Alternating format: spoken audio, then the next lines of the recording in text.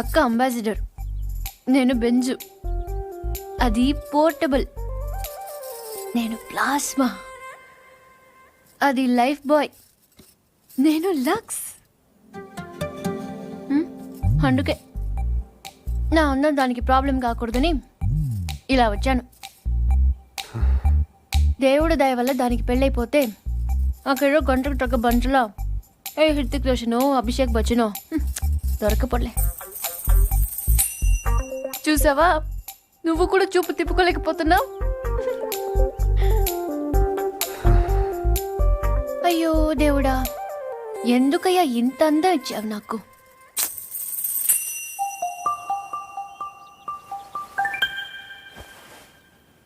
బాధపడకు పూరి. మీ అమ్మ వాళ్ళందరూ అనవసరంగా భయపడుతున్నారు కానీ నువ్వు అంత అందంగా ఏం లేవు.